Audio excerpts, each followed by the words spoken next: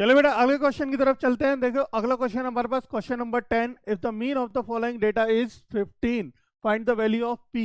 यानी इस तरीके का एक डेटा दे रखा है हमें टेबुलर फॉर्म में, उसका एक मीन दे रखा है, यानी मीन की वैल्यू पहले दे रखी है बेटा, है ना। मीन की वैल्यू क्या है, पहले ही दे रखी है। अभी तक हमने क्वेश्चन में क्या किया था, मीन की वैल्यू निकाली थी। अभी हमें क्या है, मीन की वैल्यू गिवन है।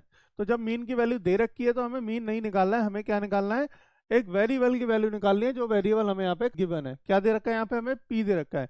तो जो पी वेरिएबल दे रखा है, यानी जो आंकड़ा दे रखा है, मतलब बेसिकली हमें एक ये फ्रीक्वेंसी है, यहाँ पे कौन सी फ्रीक्वेंसी है, कौन सा एक नंबर है जो आएगा, वो नंबर हमें बताना है। ठीक है, यानी पी की वैल्यू बतानी है। तो देखो क्या आएगा यहाँ पे, बताते हैं कैसे करेंगे इस क्वेश्चन को। चलिए बताते हैं। देखो कैसे करेंगे हम इस क्वेश्चन को। सबसे पहले तो हम टेबुलर फॉर्म में उसका डेटा जो दे रखा है वो नोट डाउन कर लेते हैं।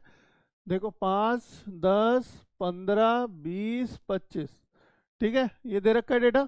उसके बाद फ्रीक्वेंसी में क्या दे रखा है हमें बेटा, 6, पी, 6 और 10 और 5, ये डेटा दे रखा है। क्लियर है, यहाँ तक कोई दिक्कत, नो डाउट।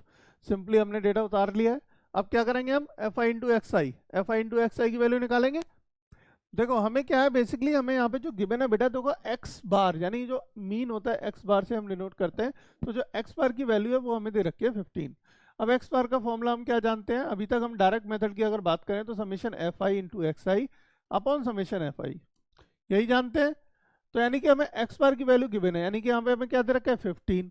अब हमें ये वाला टर्म निकालना है, यानी F I into X I upon F I, ये वाली टर्म आप निकाल लीजिए और वो वैल्यूज वहां पे पुट कर दीजिए, सॉल्व हो जाएगा, आंसर आ जाएगा। देखो कैसे करेंगे, कर तो आप भी सकते हो यहाँ से डायरेक्टली, पर फिर भी मैं बताता हूँ। देखो कैसे करेंगे, 5 6 30, 10 पी, 15 चिक्के 90, 200 और 25 पंजे 125। ठीक है, कोई दिक्कत यहाँ पे।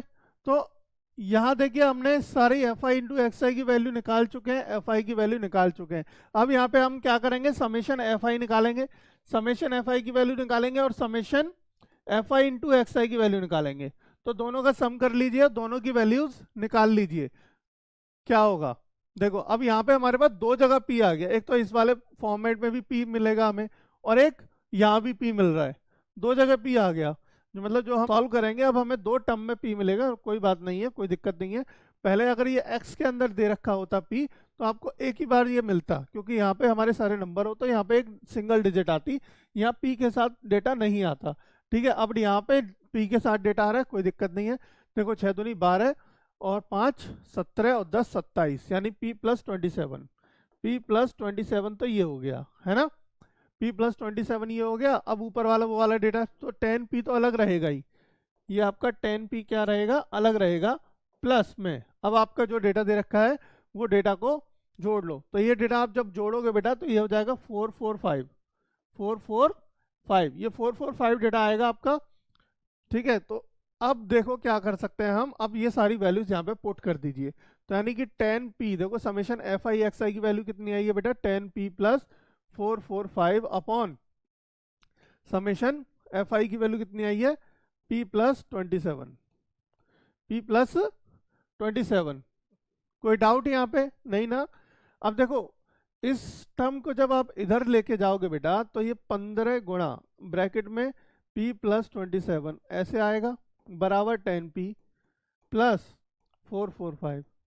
ठीक है, अब जब 15 का अंदर गुणा करोगे तो कितना हो जाएगा बेटा, 15p प्लस 15 गुणा 27 बराबर 10p प्लस 445। ठीक है, अब देखो अब क्या करेंगे, यहाँ पे हम जो आपका 10p है इसको इधर ले आओ, माइनस हो जाएगा, 15p में से 5p बचेगा, और इन दोनों का मल्टीप्लाई करके आप उधर ले जाओ। कोई डाउट, कोई दिक्कत नहीं ना। अब इन दोनों का जब आप मल्टीप्लाई करोगे बेटा तो ये आपको मिलेगा कितना, ये हो जाएगा देखो 15p प्लस 405, 405 बराबर 10p प्लस 445। ठीक है, माइनस कर दो जरा, 15p माइनस 10p, ठीक है, बराबर 445 माइनस 405, 405। ठीक है, देखो 405 माइनस करोगे तो यहाँ तो देखो बच गया बेटा 440, यहाँ बच गया बेटा 5p, 5p बराबर कितना हो गया आपका 40। इसका मतलब हो गया देखो P बराबर कितना हो गया बेटा 40/5 यानी कि 5/40 यानी कि P बराबर आ गया 8। P की वैल्यू क्या आ गई बेटा 8, यानी कि जो P वेरिएबल है 8 आ गया, यानी यहाँ पे वैल्यू क्या लिखी जाएगी 8 लिखी जाएगी। ऑप्शन कौन सा, दूसरा। सेकंड ऑप्शन ठीक हो गया आपका राइट आंसर, है ना। सेकंड एकदम राइट आंसर हो गया। कोई दिक्कत कोई डाउट बताओ जल्दी से, कोई दिक्कत यहाँ तक नहीं ना। तो बहुत सिंपल बहुत इजी क्वेश्चन है, इस टाइप के क्वेश्चन आएंगे डेफिनेटली आप 100% बिल्कुल सही करके आएंगे, मेरा दावा है। अगर नहीं होता कोई दिक्कत होती है तो मुझसे पूछो, कमेंट करो, बताओ, मैं फिर से बताऊंगा। अगर कैसा भी किसी भी तरह का एक छोटा डाउट है आपका तो बताओ, ठीक है। मैं पूरी कोशिश करूंगा आपको अच्छे से बिल्कुल अच्छे से क्लियर करने का, हर टॉपिक को और हर एक टर्म को, ठीक है।